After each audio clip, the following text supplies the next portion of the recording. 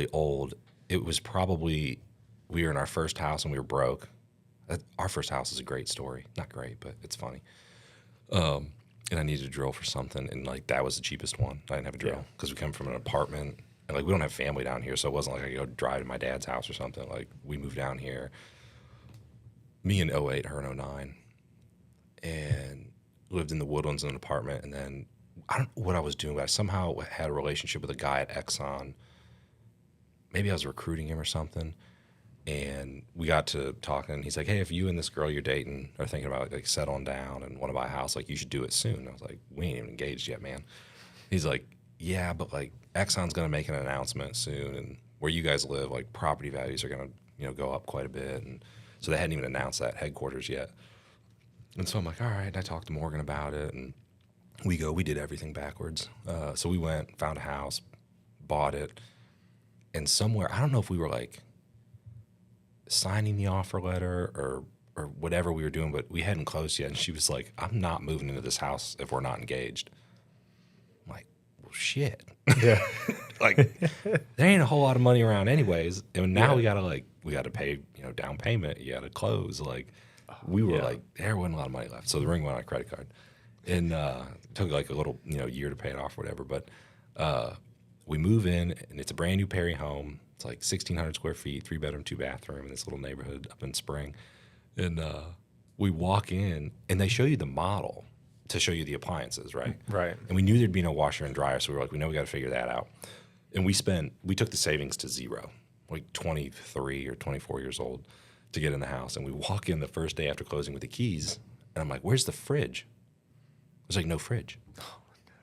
And we're like call down to the, little showroom, like, hey, there's no fridge. And they're like, well, yeah, no, that didn't come with it. Oh, no. I'm like, how much is a fridge? Like, we ain't got no money. There's nothing. So we had to go to Lowe's, open a Lowe's credit card, because it was like 0% interest or something. Yeah. And get that. And they're like, all right, it'll be there in a week. I'm like, a week? And we don't have cars. We don't have like a pickup. And we don't know anybody. We just moved here. So we lived out of this big-ass cooler that we just kept throwing ice in to keep thankfully we didn't have kids or anything, so it was easy, but yeah, it was a fun. Eating out every night. Yeah, it was a fun experience.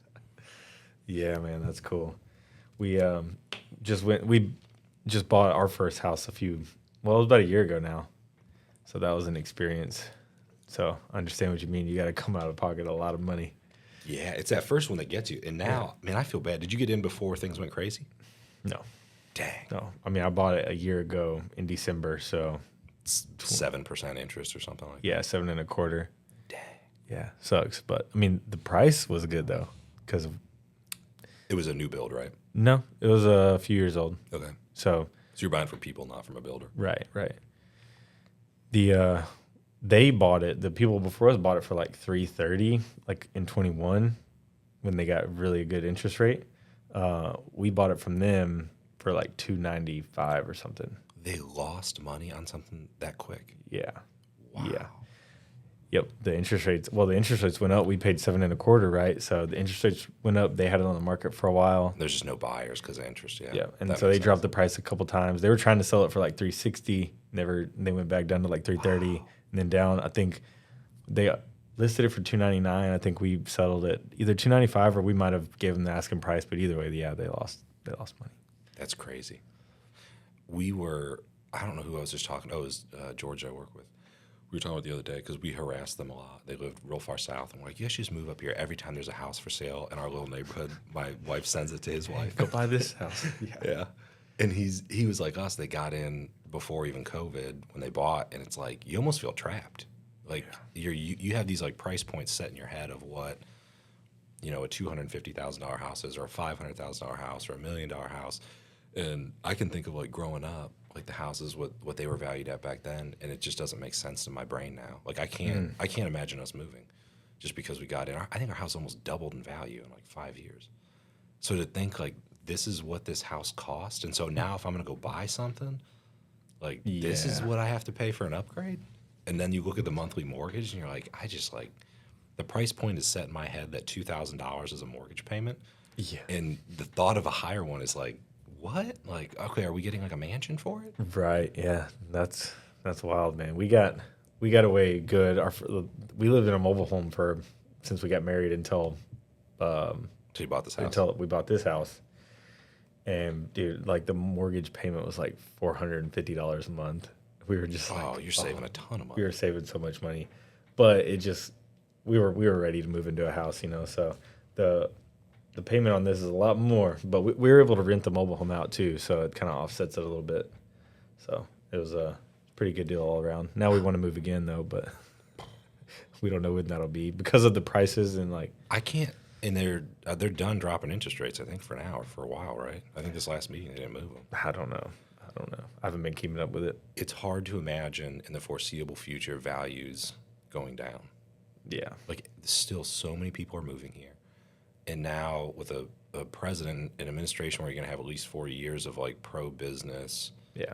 And what, like, all these companies that are moving to Texas. And not just the U.S.-based companies, but now this, like, hey, if you tariff us, we're going to match the tariff on your stuff. That's like what they're saying now, which is super aggressive. But then they on the back end are saying, but you can come here for free and build it, and there's no tariffs. And like, so that's going to have a bunch of foreign investment now, and Yeah. I'm sure more of that comes to Texas. We have the workforce, right? Yeah. Like for manufacturing and distribution. And so it's going to be interesting. So you should probably just move now. I'll have my wife start sending your wife the listings as well. And I mean, the reason we're wanting to move is the school district thing, right? Yep. Like, you know, once our daughter Blakely gets into school age, like we want to put them both in a good school, right? So like you've told me that Grand Oaks is a good school district, or like We love our- some other schools, you know. So that the area you live in is where we're kind of like looking. I don't know what neighborhood specifically, but one of those neighborhoods kind of around that, and it's close to the office. I mean, it's You a have- 10-minute drive. For that feeder, there's some stuff across 99, I think, that still feeds into the Grand Oaks feeder. But I think a lot of it goes to Oak Ridge. So your main options over there to go to Grand Oaks would be like Spring Trails, Harmony, and Woodson's Reserve. And then Bender's is an option as well. But Bender's you're not going to get into for less than like 1.5. Yeah. So it's like it's I've acreage. seen those. And, yeah, so it's the normal neighborhoods over there. Those are your three options. And all those will feed to Grand Oaks. Yeah, well, that's exciting. I mean, we're about a year away still, but she doesn't even she's turning 4 this summer, so and then she'll be, you know, so we have about a year and a little bit, but we want to be moved before she goes to school. So I would say in about a year we'll start really getting serious about it. Yeah, that makes sense. Houses will go up another 10 or 15%, so you're gonna pay more. Probably. Just bite that bullet button. You're probably right. How long had you been in business when you bought the house you're in now? Man, so, well, I started business in 2019 On your own, right? on my own, and then we merged with Nick and ASAP HVAC in 23, and we bought the house at the end of 23. So, and here's the deal. Here's the kicker to all this. This is why we're not smart. I had since 2019. So my LLC was Crye Air Conditioning. His was ASAP HVAC. Mine started in 2019. His started in 2021 or 22. Oh. And we were like, well, we were going to keep the ASAP name and not the Crye name. So we were like, well, just use your LLC. We should have just paid the money, went through the paperwork of transferring the name to my LLC, because then we'd have all that history. Yep. So we basically chopped off 2 or 3 years of history being in business to go to his LLC. Yep. So like when anytime you we went to- wanted to get approved for a loan, anytime we wanted to do anything, it was like, well, you haven't been in business for enough time. We're like, yeah, 2019. They're like, it doesn't matter. Yeah, so that happened to us too. We went into business late 2016. When we bought an existing business, it was where I worked, the staffing business, but the previous owners kept the business, like the actual LLC, and the assets transferred to our new one. So it was a brand new LLC. Yeah. We have like a really good year too, and so we're like, all right, we're gonna move. Like we're ready, we want to grow our family, we need more space. We go through the whole process with a builder of like designing this home, picking the lot, like everything. And I kept telling them all along, like, hey, I'm self-employed. And I'm like, what are you making? I tell them the number, and you'll be fine. You got good credit? Yeah, we got great credit. No, you'll be fine. All right, I work for myself. I've heard like horror stories, you know. Yeah. We get like all done. I haven't closed yet, obviously, but like that stuff is like they're gonna build the house, so we have to go through all this paperwork, and at that point I have to give them everything, and they're like, oh yeah, there's no way you're gonna get financed. Like I've been telling you guys all along. Oh, dude. But the business hadn't. I don't know if you had to have 2 tax returns or 3. I don't remember, of like showing you're making money or whatever, and we just weren't at the threshold, and so they were just like, hey, there's other options, but it's not going to be us. I'm not going to like a hard money loan and pay like whatever interest would have been. So it's like, for me, for the guys, like, whatever, like we'll do it another year or two. But like the wife was crushed. Like, I mean, she picked out all this stuff, and so then as soon as we could, I guess it was in 18 or 19, we started looking because we're like, all right, we have enough like tax returns or whatever that we can actually get financed. But I've been talking to a buddy about that's getting ready to open a business. I'm like, man, do everything you want to do now. If you think in a year you were like going to want to like everything you want to do, like do before you quit. Go your buy job. a house. Go get like, get a new car. Whatever you want, because when you're a business owner, it makes it 10 times harder. It's like 2 or 3 years where you're just like just not financeable. Like the banks just won't touch you. And that was then. I think it's gotten worse now. Yeah. So when we went to buy the house, we went through a credit union first, and a little bit of a backstory. Callie and I both have our real estate license, so. I let mine expire, so technically I don't anymore. But I did go get my real estate license, and I did a few deals as a realtor. So it has Callie. She did way more than me, 10, 15 deals probably. Nice. Over a year. Some good side money. Yeah, it was. It was pretty cool. That was in the early years of the business too, so that was pretty nice. Anyway, so and credit unions are actually pretty flexible on a lot of their financing. So we were like, well, just try them first because we had decent success with our clients. And so we went through them and went through the whole process, man. Such a long, drawn-out process. And they put you through the ringer when you're self-employed. Yeah. And then the last minute, like, some dates on some things, like, because we had to go off ASAP HVAC, right?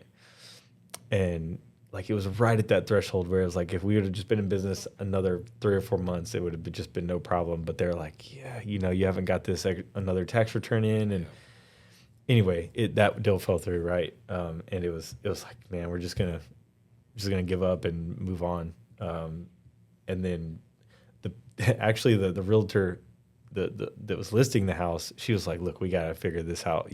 My clients they're wanting to sell this house, so. She called around to some of her mortgage companies, and anyway, we found somebody that was like pushed it, like they were able to get it done. Yeah, and it was like I've never been this stressed in my life as buying the house, and I'm like it shouldn't be this stressful, I didn't know there were other options when we like got told no. Yeah, I mean, I knew like hard money was an option, but it wasn't for us. Like we weren't going to do that. Sure.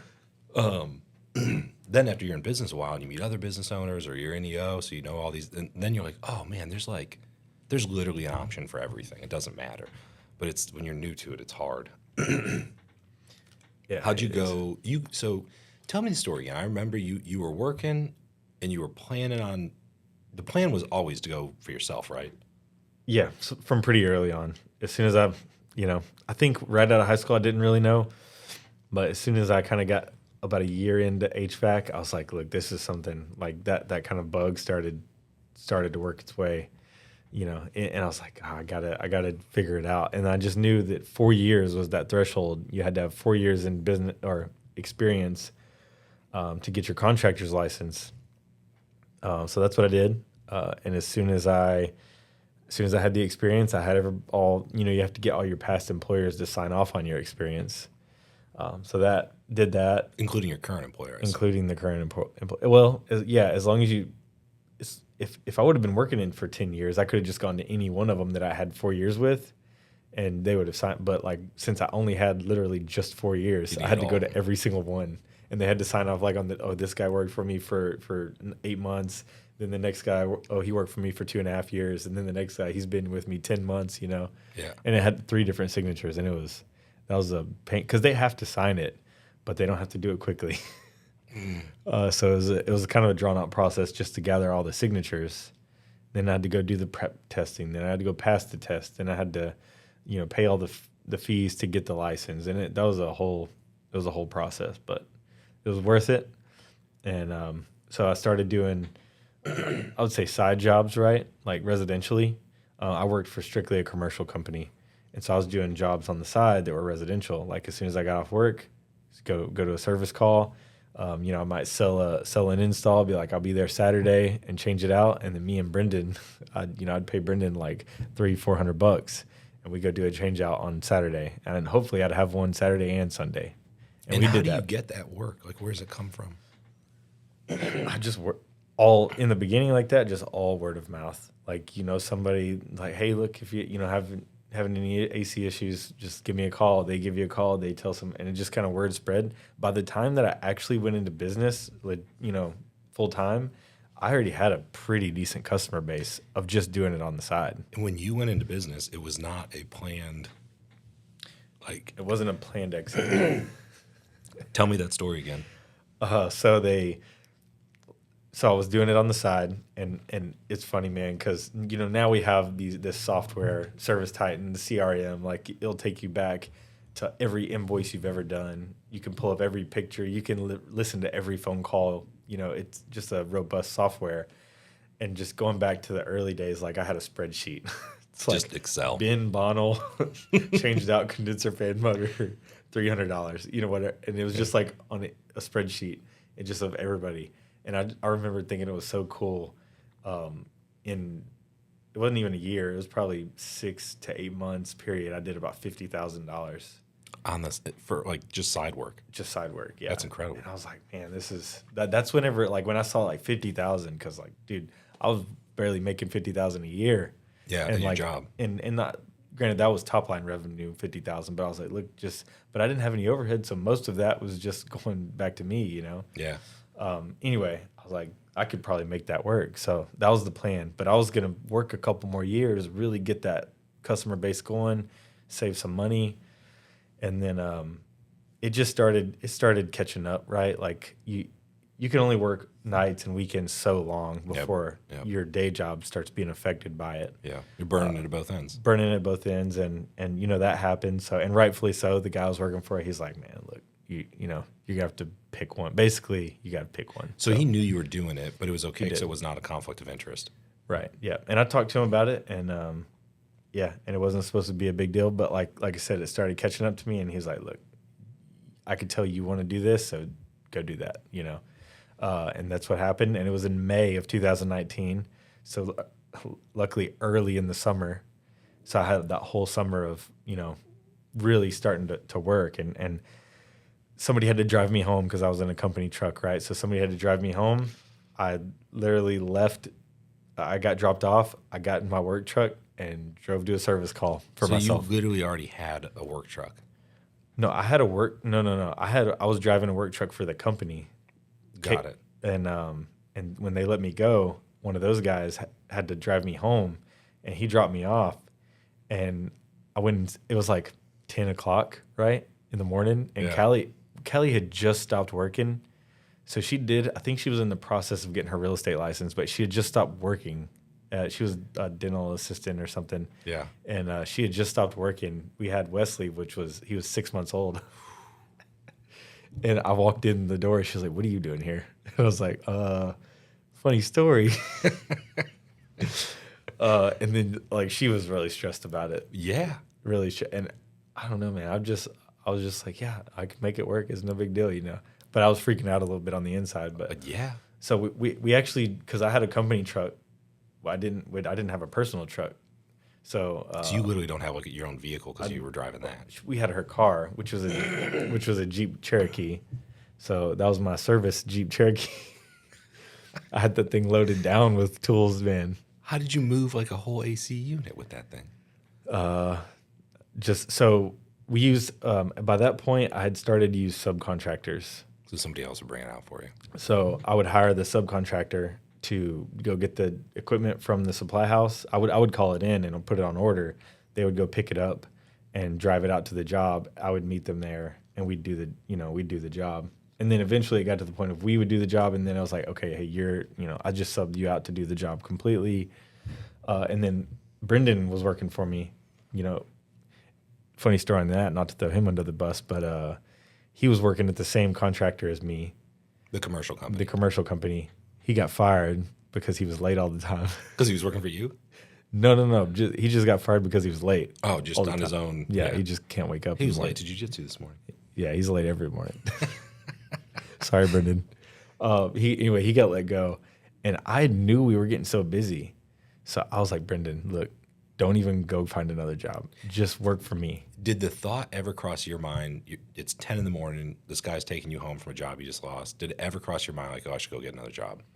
No, not at all. I love that. Because look, as soon as they let me go,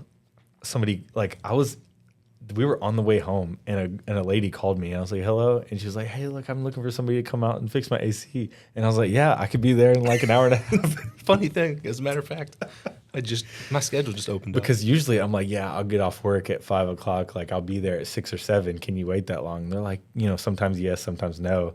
And this lady, I was like, yeah, I'll be there in like an hour and a half.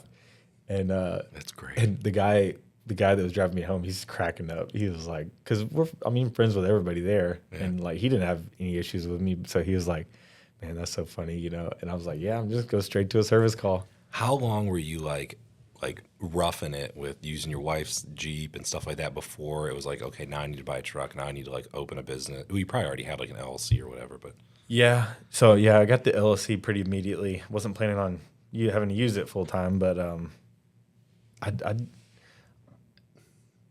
don't know how the time frame. It was at least 3 or 4 months, but I was able to save $7,000 to $7,000 extra to be able to buy a truck. So I bought a used truck for $7,000, and I still have that truck. It actually just hit it just kicked the bucket. How many miles?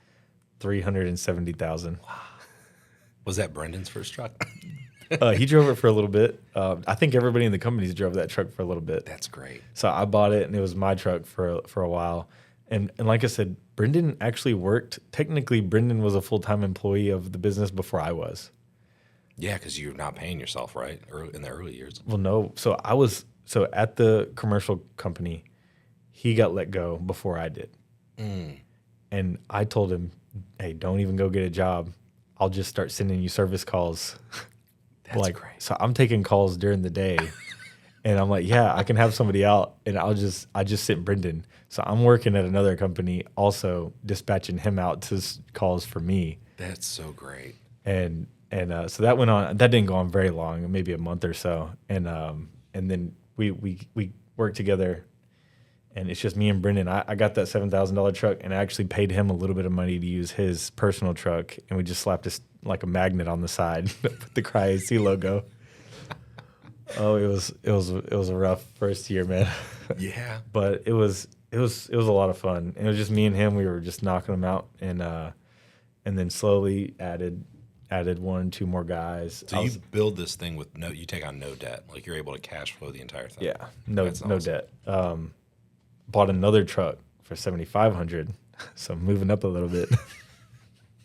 Inflation, I guess. Yep, and that truck actually kicked the bucket way before it blew the transmission. Ooh. So ended up selling it for $2,000 with a blown transmission. So wasn't the worst deal. We got a lot of work done with it. But then the truck that we still have it just kicked the bucket. I think it actually has a blown transmission too. Don't know if it's worth fixing it with 370,000 miles. Yeah, no, And even at this point, we just were using it as like hey, somebody's got to go run a part. Like if one, like our warehouse guy, if somebody like in this instance, we have a vehicle down right now in the shop, that would have been our backup. Just to kind of keep people on the road. Right. So it's kind of a bummer we don't have a backup right now. So we're talking still kind of about 2019, 2020 maybe. Is that yes that time frame? Yes. And dude, right before COVID, I don't know if you remember it. Everybody's killing it. Everybody's killing it. The Q1 of 2020, up until probably a few years later when the economy like really kicked back in, it was our best quarter ever. So I mean, we're in very different industries, but like it was like that for everybody. Like everybody was like just going gangbusters. Yeah. So like, I mean, we're killing it first year. I mean, obviously we're not priced right. We're not doing things efficiently at all. So like, there's a lot of holes in the business, but even at that point, we're making money, right? And I'm just like, oh, this is gonna be easy. Why didn't I do this earlier? And then COVID happened, and then like luckily it didn't last very long, but there was about a month there where everybody's really freaking out. Like I remember we had jobs booked like to change out the next day. And whenever that whole thing with COVID really started happening, people started like 3 people in the same day were like, "Hey, look, we can't do it anymore. We're backing out." Yeah. And I was like, "Oh, we already have the equipment in the shop and everything ready to roll out." And they back out, which we were able to return it or whatever. But still, it's like, dang. Yeah, we flatlined for like 6 months when that happened. Do you remember going back then where it was like they made the announcement it was going to be like 2 weeks to slow the spread or whatever? And I remember I was in Florida with friends and we were on this we just had the best quarter ever. We're on this like real nice vacation, Right. and we're like, it'll be 2 weeks, it'll be fine. Meanwhile, like 30 days later, we're like, are we like go out of business? Like, like what's going to happen? And So you were a month. That's it. A month later, and you're. Back I would in say gear. about a month because we were, I don't know how about y'all, but we were what did they call it? A crucial bit. What was the terminology? Like we were a needed business. Yeah, I know what you a mean. necessary business, whatever. I can't remember what they were all calling it, but so we were able to continue work. Like we didn't really shut down because like if you're hot, it doesn't matter what COVID's going around. Like you're getting your AC fixed, Right. And but there was like I would say that the change, the work that needed to happen that was necessary still happened. They still got it done. All the work that was like just preemptive, like hey, my AC's getting old. It's still fine now, but like I just want to get it changed out. Like we had 3 or 4 of those. They all canceled. Yeah. Which that's not even a thing anymore. No, like that mentality of like just getting it done beforehand, like isn't that used to be? We used to get a lot of change outs like that, and it's very rare these days. Meaning like, hey, it's at the end of its life. I know I'm gonna have to do it soon, so I'm just gonna do it. Yeah, just bite the bullet now and get it done. Now people wait till it Now, blows. I mean, you will get people that still do it, but yeah, people now are like let's make this thing last for, just let it die. Well, it's expensive. What is the cost if you think about your first year in business in 19 to now, like a full change out of a house? Yeah. Like, what's the price then versus now? Well, there's two factors. There's obviously the inflation factor, right? Right. But there's also I wasn't priced right to make to support overhead and things like that. So I remember in the side job days, like when I was still working for somebody else, doing a complete change out for like $4,000, $5,000. Yeah, so I think I told you about. Yeah. Well, ours wasn't a complete, but we had the outside unit and worked a deal through a friend. And I think all in, this is probably, I don't know, what was this summer or last summer? I don't remember. It was in the last 18 months, and it was. I think it was $3,500 between what we had to pay for the unit. I guess we got a wholesale, and then the dude that came. He had another guy with him for like an hour, and then there was just one guy that was just there all day. And he wasn't really doing anything all day. He was just like sitting around. He was like putting the stuff in the outdoor unit. The outdoor unit's like the easiest thing. Those are like the cake jobs, man. Like you want to change those out. Those are really easy to change out. I mean, I could do one by myself in like 2.5 hours, maybe. It's the attic. The attic is like you don't want that job. Yeah, yeah. And it was August, I think. It was really hot. Yeah, which change like I was telling you this morning, like before, like changing out just the condenser outside, super common. Changing out the evaporator coil because it had a leak, super common. And you're, $1,500 for the coil, a couple grand for the condenser. Like you could get, the fix fairly cheap. Now they're making it so difficult. For one, everything's going up, and they want everything to be a match. So if it's not a match, like there's some verbiage that's going to potentially void warranties. They're pushing everything where it has to be a efficiency match, because if you have a unit outside that isn't compatible with the unit inside, like it'll still operate, but it's not going to be efficient. And all the energy, the EPA, the energy efficiency people, they're all pushing to make it like, it has to be a match. So you can still get it done, but it's a little bit more difficult now. I mean, technically, that's good for your business, right? Oh, it's great for us. Yeah. It's not good for the consumer, right? Because it's not as cheap anymore. But to answer your question, I think once I kind of got in the swing of how to price myself, $8,500 for a full system, indoor and out, was like my average price. That's so 1920. What is it pre-COVID? Yeah. Right now it's about $12,000. So it's 50% in 5 years. Yeah. Wow. Yeah. And we have more expensive than that. I mean, like we've sold, and this is because another thing that people don't even consider is the ductwork. because when you think, oh, I'm going to get my whole AC system changed out, you're like the indoor unit, the furnace, the coil, or air handler if you have that, and the outdoor unit. You don't think anything about the ductwork, and nobody does. But the ductwork is one of the main things that like kill your system. Why is that? So you have the fan, right? And that fan is pushing a certain amount of air through the system. And if that ductwork can't, like, let's just call it 3 tons worth of air is so many CFM.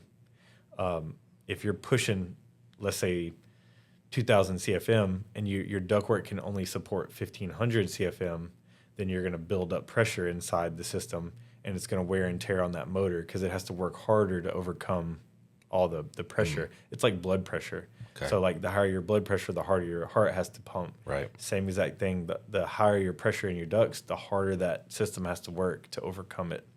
So that's one thing that we do calculations on every system we go to make sure, because like we can change out the box, that's no problem. But if we change out a system and just putting it on a bad duct system, we're not really doing you a favor. So it's just not gonna last as long. It's gonna last you 7, 8, 9 years. If it was done right, it could last 15 to 20 years. It's a big difference. It's a big difference. And so we do a lot of duct modifications or complete duct changeouts.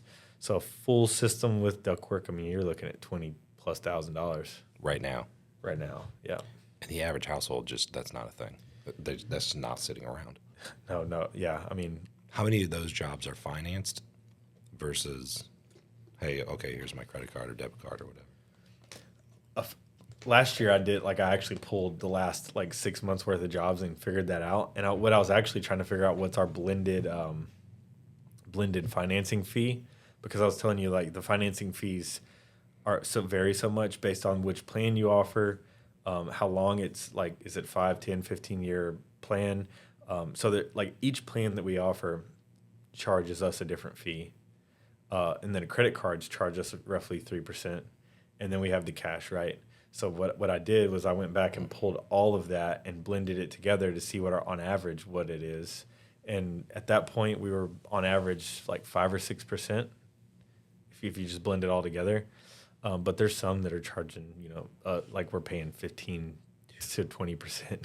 Which you're passing on, right? You can't absorb that. Yeah, I mean, yeah, and then also interest on the consumer side as well. So It's good business to be in. yeah, so go back. It's you and Brendan, 1920, 2019, 2000, or 2020. right. When do you start adding people? Okay, so that's right before COVID. I'm talking, dude, a week or two before COVID happened. We hired 2 people because we were so busy.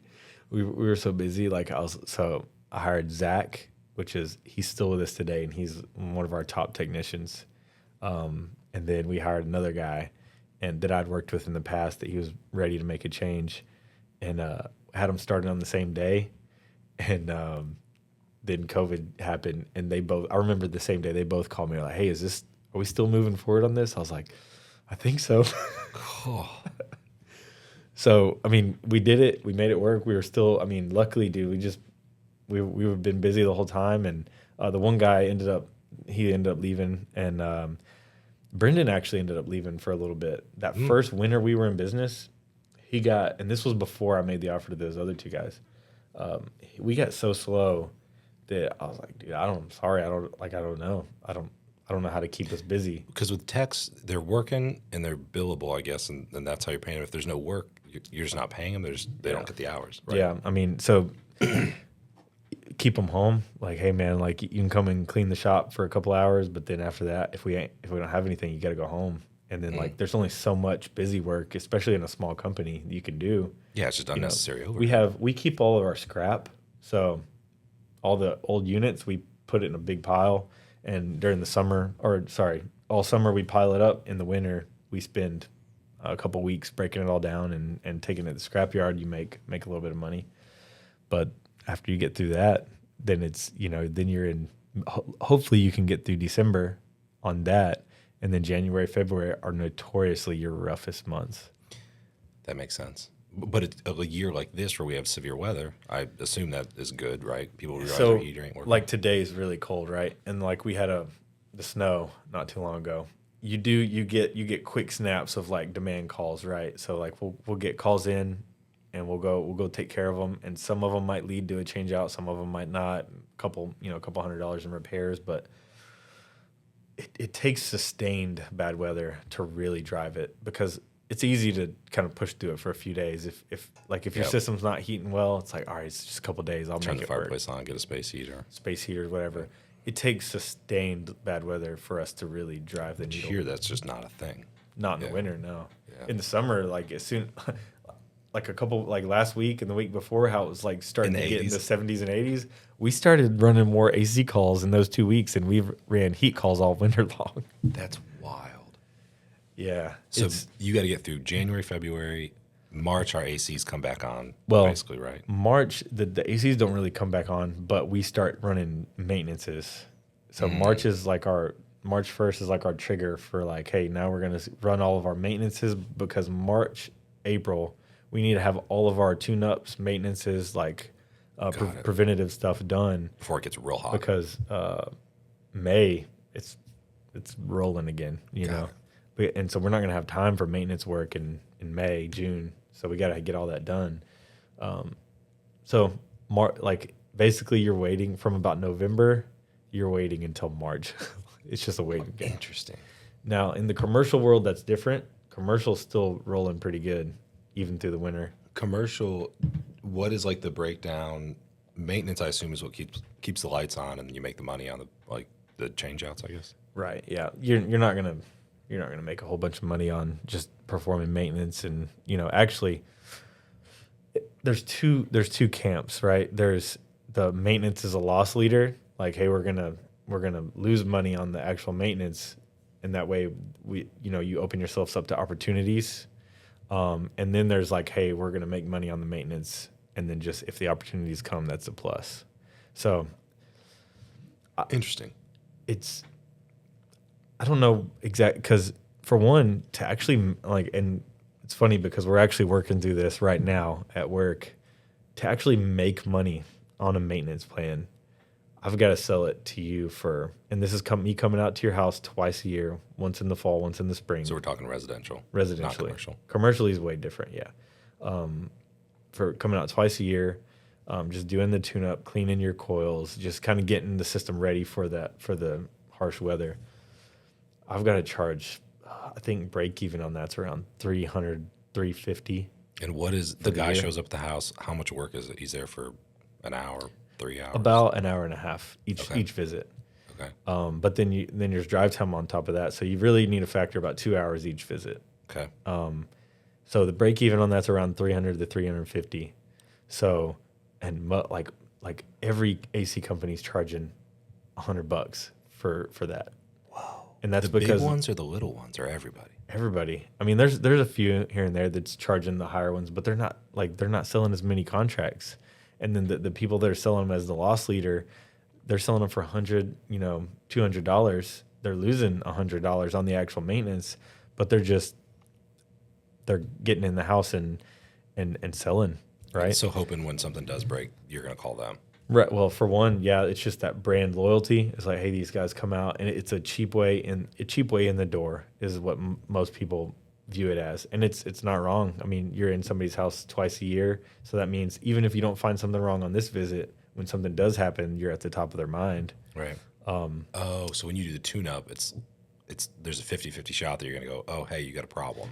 So, I mean, if you have a really good process like we do, right? And there's the process of like, there's companies out there that will get in there for $100 and then just go try to sell you something, and it's like BS, they're lying, whatever. And then there's companies like us that's like, yeah, we're gonna do a little bit cheaper on the maintenance, but when we come in, we're gonna run a real go through it with a fine-tooth comb. Anything we tell you is wrong with it is the truth, and we're gonna present options so you can know. Like, some things are we have a critical, and it's like, look, this is what is causing your system right now not to operate. And then we have the next step up, which is actually it's a 1-star, 2-star, 3-star, 4-star, 5-star options, right? The 1 is like critical. The 5 is like, this is the cool stuff, right? Mm-hmm. This is like the critical plus anything you might just really like air quality, just like all the accessories that you don't need them. Like you don't need surge protectors. You don't need a air purifier. You might want them though, right? Yeah. So and then the middle options are just somewhere in the middle, and you lay it out in a way that when you present it, you give the people the option. If they want to choose something, they do. If they don't, okay, that's fine. But having a good sales process and an honest sales process is the best way to do it, right? So, but then where I'm at is like, well, do you want to take that risk of just having a good sales process and losing a little bit of money selling the maintenance? Or do you want to just make sure you're covered and you're making money on the actual maintenance portion? But you have to know that you're going to sign up less people. Because if I come to you and be like, hey, look, it's going to be $450, and I'll come out twice a year, you're going to be like, oh, is it worth $450, But if it's $100 or $200, you could be like, 200 is kind of that threshold where people don't have to think about it as much. Yeah. Anything over 200, they're like, ugh, should I do that? Yeah. 100, people will spend $100, no problem. Impromptu on Amazon. All right, exactly. So there's a lot of, I think the trades like HVAC, plumbing, all that is such complicated business models because there's so many variables with the technicians, with the like the different parts. Like if I showed you our price book, like we have a price book built out with every single thing we offer, right? There's hundreds, if not thousands of items in there. Wow. Yeah, it's not, we have mini SKU numbers. And that's across the business. So that's the commercial and the residential side. Right. Yeah. Yeah. But even just residentially, there's still a lot. Interesting. There's so many different types of systems. There's furnaces, heat pumps, electric, gas. There's so many different, and all the different tonnages, all the different SEER ratings. So it's not just 2 or 3 things we offer that you can just get really good at selling those 2 or 3 things. We have so many different things. And you have to manage all those vendor relationships because I assume it's not all coming from the same distributor or whatever. A bulk of it can come from the same one, but a lot of it is you can't. So yeah, it's complicated. So you hired 2 guys right before COVID. So you're at 4 going into COVID. Brendan had left. Got it. Oh, so the winter. That's right. Brendan had left during the winter, and then it was just me again. But then I hired, so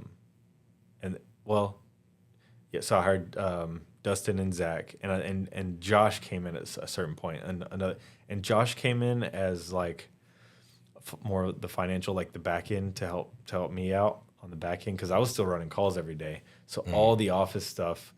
I don't even think Callie had started working for us yet, answering phones. So it was like me doing every single thing. So Josh came in, and he was one of my friends, and he had a lot of financial knowledge and stuff. So he was helping me with the QuickBooks and more or less all the back end stuff. Yep. And then at some point, Callie came in and started answering phones, but I wasn't even paying her, so I'm not going to count that. Just a funny story. When my wife quit teaching in May, but teachers, I guess you can choose, but her, like, she got paid year round. And so she, finishes the school year late May or whatever and starts with us pretty quickly, but she was still getting paid. And I managed the finances because I managed the money in the business. So she worked that whole summer and I wasn't paying her. And she didn't realize it. At the end of the summer, I was like, all right, we should probably put her on sale right now. Yeah. Oh, Callie definitely, probably 6 months to a year. And then I was like, yeah, might need to pay you now. Yeah, it feels like you're working out. We'll start paying you. Yeah. But maybe just need another year to figure it out then. No, but she helped out a whole lot in the beginning. And it's the wives and businesses are really I'm not going to say underappreciated, but you don't think about it as much, right? Yeah. Because they kind of get thrown to the wolves, right? Because we know what we want out of a business. We know the ins and the outs of it. We know the industry. And I was just like, hey, Callie, you're a HVAC dispatcher now. She was like, what? Okay. So when Morgan, it was after COVID, a lot changed in education, and she's like, hey, I don't think I've got enough to, give to the kids in the school and the kids at home and the marriage, and I don't know if this is for me anymore. And I was like, we're gonna need we always are gonna need another recruiter. Like, we get busy, you could recruit.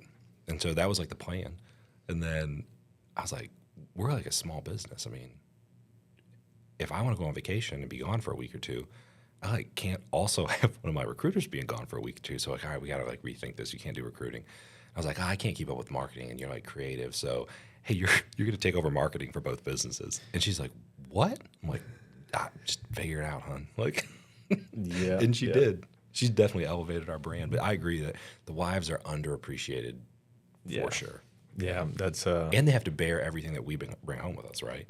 Like Yeah. that your Yeah. employees aren't aware of, you know, that, Yeah. it's, And it's really cool because Callie, like she didn't even have any interest in business, right? Like, so I'm just throwing her to all these. She's been in like almost every position on the back end. I'm like, all right, you're gonna answer phones, and then she kind of we brought on Casey, and Casey kind of took that from. Well, it was a funny story on that. We actually brought in Casey to babysit, like as a nanny, but so Callie could focus more on working. And then because our office was like our shop and office were on the same property as where we lived. So we would just go over to the shop and office, work. Casey would come and just take care of the kids in the house all day during the summer. And so that worked out for a while. And then it just ended up where Callie would, I got to go do something over there with the kids. And long story short, it was Casey and Callie at the house with the kids, and I'm over here doing everything. And I was like, what happened here? And so then Callie was like, I really want to stay with the kids, So we asked Casey if she would want to come work in the business because the kids were going to go to school, and like it wasn't a long-term thing. And I was like, we really like you, so would you like to come work in the business? And she said yes. So Callie, they basically flip-flopped. So Callie would stay with the kids and just do a little bit like with QuickBooks or whatever. And Casey would come do full-time answering phones and dispatching. But I say all that to say this is like Callie has worked in all the different positions, and now she's like really good. I mean, she's a lot better than me at anything to do on the bookkeeping side of it. She's teaching me stuff, and I'm like, how'd you learn that? which is so valuable when it comes Yeah. to who's keeping an eye on the money. And Sure. that's it, just to have another set of eyes that has your best interest. And you hope that everybody on your team thinks that way, but it's just different, right? Having your wife who, like, your household is dependent upon this business, so it's a different thing.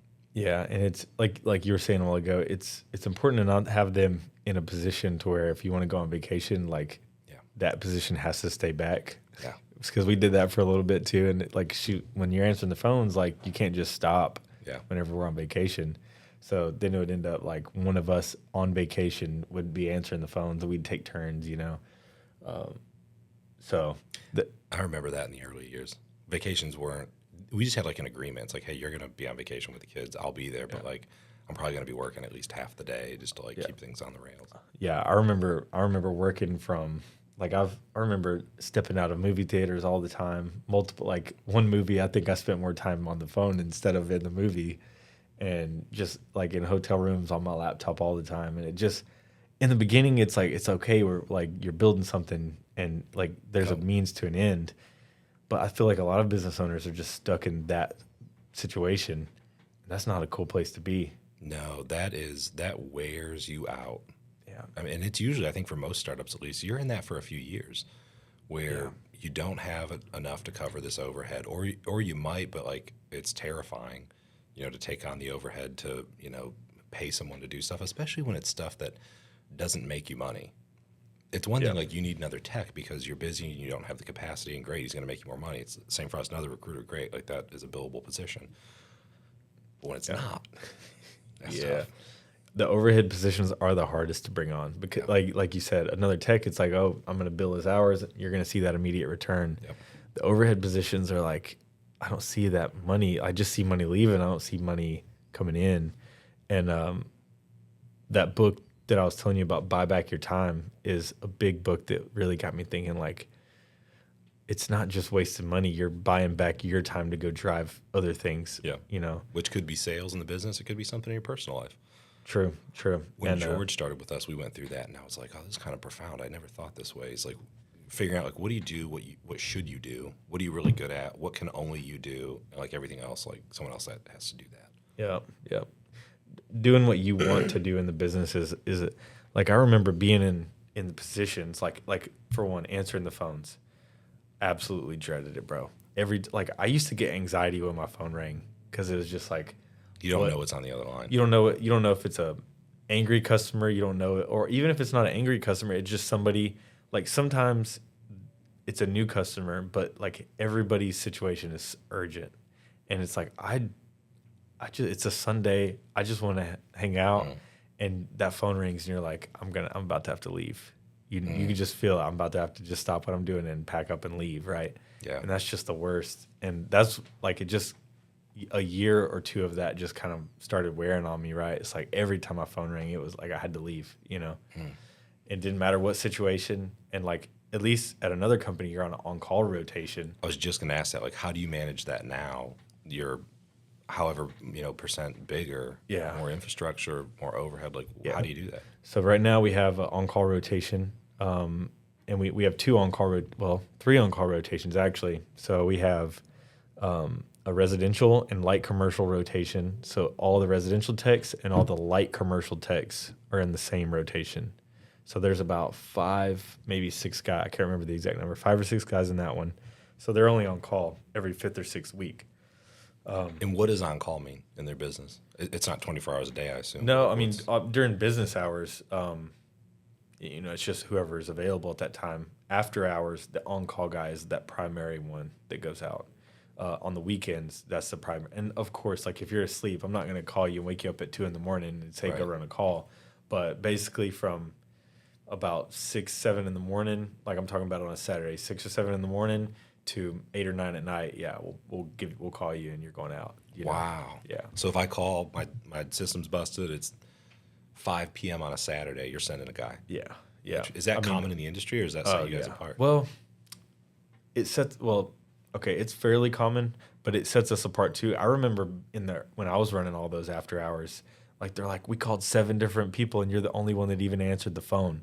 Wow. And I was like, well, that's, that was like my value proposition in the beginning, right? It's like, yeah, like, I'm the owner and I'm the one, I'm going to come out and take care of you, like I really care about, and then, but there's only so much of that you can do. Yep. Then you have to have people that feel the same way, which not everybody does, you know what I mean? So, but no, all of our guys are pretty much bought in, man. Like they really care and they want to take care of the customers at that same level. But it sucks to be on call. Like nobody wants to be called out on a Sunday. I assume you're charging a customer more for that, and the guy gets time and a half or something like that. So they're getting paid overtime. We're charging a little extra. Yeah. I think the call out fee normally is $89. After hours, it's $189.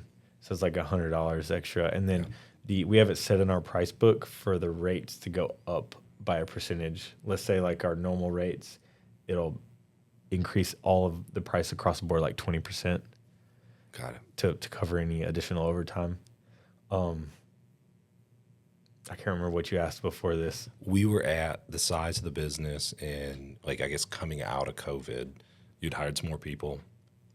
At some point, there's a merger, right? Yeah. So we did that from 2019 to 2022. So Nick, which is a guy that I worked with at the company I got let go from, he left a year or two after me. Well, he stayed on. He worked his way up to a commercial account manager. So he was a technician. He worked his way up in the office, and he was a commercial account manager, similar to the position Tom is in, right? So he's like a sales guy. So he's a sales guy. Yep. And so he did that, and then he got the entrepreneurial bug, and he ended up leaving, starting ASAP HVAC, and in 2020, I can't remember the date. It was 21 or 22, and he did that. We ended up helping out each other. Like I'm kind of helping him out on all the first year screw ups. Hey, look, you really shouldn't do this. I did it that way. It doesn't work. Do this. Like I'm really like, and that's just who I am. Like I'm gonna help him. Doesn't matter. Like if he's a competitor, I'm just helping him, right? Yeah. So do all that, and we worked together. Like I hired him to come help me on a job. He did the same with me. Kind of just worked together well. We got tired of subcontractors. So we were subbing out all of our installs. I would go sell a job, I'd sell you a job at your house, and then I would hire a subcontractor crew. Don't speak very good English. Just you can't control the way they look. You can't control the way they present themselves. You can't control what they do. So it's like these guys that work for multiple different companies all around. You pay them $1,000, they come do the system. You might not see them again for a week. Yep. Like they might you might know the one guy, but he might bring different guys every single time. So you don't know Quality these control's people. hard. I don't know who I'm sending in your house, and that makes me uncomfortable, right? So quality control was a big deal. Me and Nick had the bright idea to team up, start a company in the middle, and we were going to be the subcontractors. We were going to hire installers to come work for us. Crye Air Conditioning was going to sub. It was called A1 Installers. Crye AC was going to sub out A1. ASAP HVAC was going to sub out A1, and we did that. And we were also going to sub out to other contractors that we know. And it worked. We did that for a few months and made pretty decent money doing it. And then we were thinking about getting an office, and we were going to put 3 different companies under the same roof, and like splitting rent, splitting insurance, and like Messy. It logistically would be terrible. We just over some talks, we were like, man, why don't we just team up and just do it together? You hear all the bad things about partnerships, right? And Yep. So that's kind of in the back of your head. But I was like, look, I think we can make it work, And you had known each other. It wasn't like we'd you known just each met. other, Yeah. right? Yeah, we had known each other for years, and anyway, we did it and haven't looked back since, and it's worked out really well so far. When is the date? Like not literally the day, but like when is the rough time frame of when you guys are now partners versus It was separate? so we started talking in December of 22. That's a few months before that was when we started the install company. December 22, we started talking about the merger. It was official, and like our on paper date of merging was March 1st of 23. Right in time to get into go time. Right in time. Yeah. So you're just literally in like a week, right? 2 weeks from now, hitting your 2-year. your 2-year mark together. Yep. Biggest lesson learned. Yeah. What is it? Oh, biggest lesson learned? Oh man. Just in general in business or in partnerships or general Go business? whichever way you want to go. Okay. Yeah. Pricing yourself right. I would like if I could preach that to any new business, it would be the price yourself right, because I did it so wrong for so many. Like even through the COVID deal, like I came up with my pricing structure before COVID, and even through COVID with all the price increases, it never changed. So I was doing the same amount of work, if not more, and I was losing money. And I was like, what's going on? And then the more you add overhead, Yep. and the more you add people and vehicles, and like the more you grow, if you don't adjust your pricing, you're really screwing. You could feel like you're doing so much work, and you're just, the more work you do, the more money you actually lose. Like Jeez. you'd rather do less work, you'd be losing less money. So pricing yours and adjusting your prices regularly. Like every quarter, at least we go in and are like, okay, and kind of redo the calculations and make sure we're priced right. We're still not perfect on it. There's I'm sure we're going to be adjusting them soon.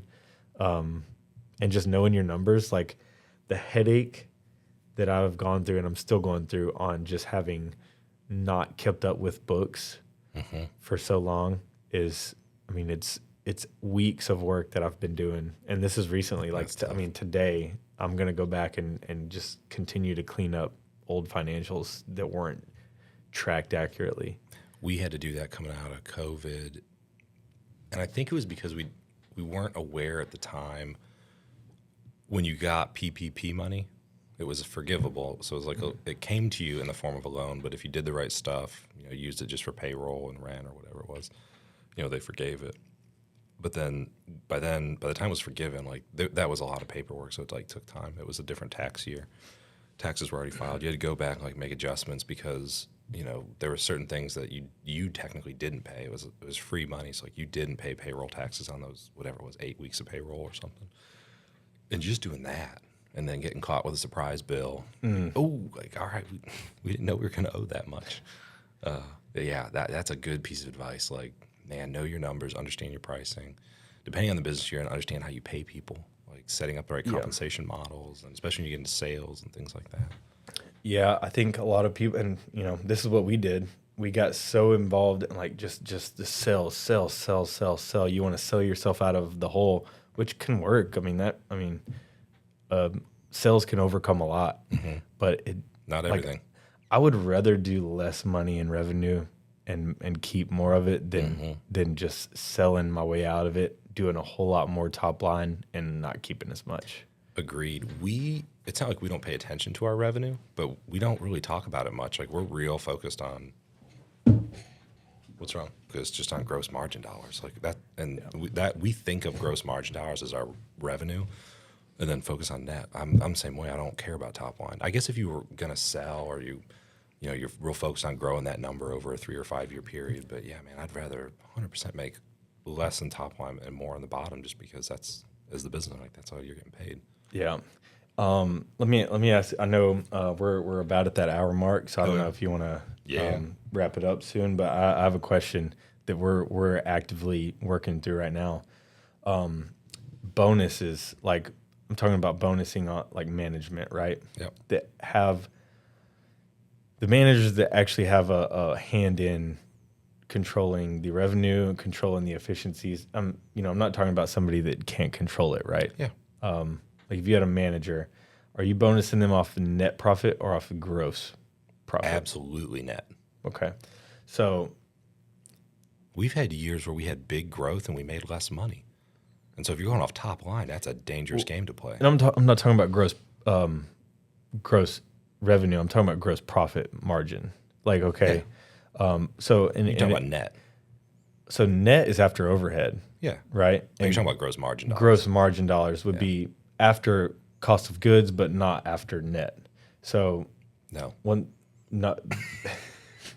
Answer's no. So net. Let me give you my side first, okay? Because I've heard it both ways. So if a manager can't control the things that like I would spend money on that would affect the net, but he can control the cost of goods of things. He can control how much materials they use on the job. He can control, the labor and how efficient they are.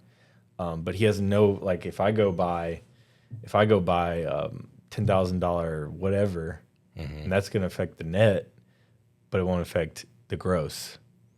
He's getting penalized because I was wanting to go spend the money. I guess if you're gonna spend money on things that aren't good for the business, like you have to retract those out.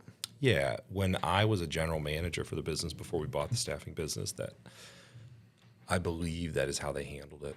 They handled the former owners a P&L with like, hey, we might have gone and done these things, but it didn't, they were doing it to take advantage of it, taxes or something like that.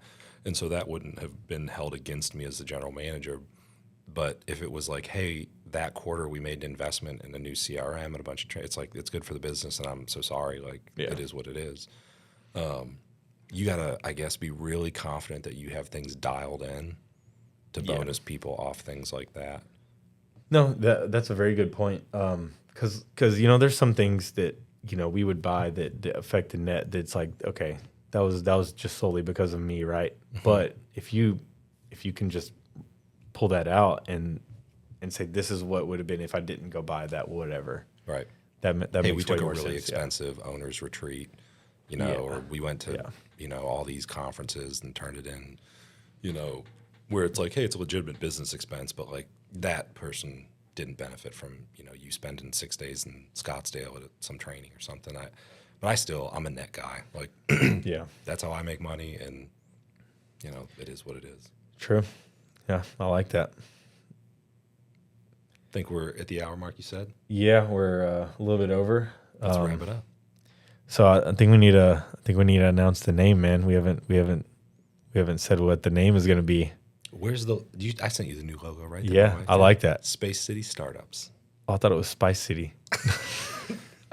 I looked at it and I was like, I love that rocket right there, but man, it'd be real easy to think we're talking about spices. Yeah.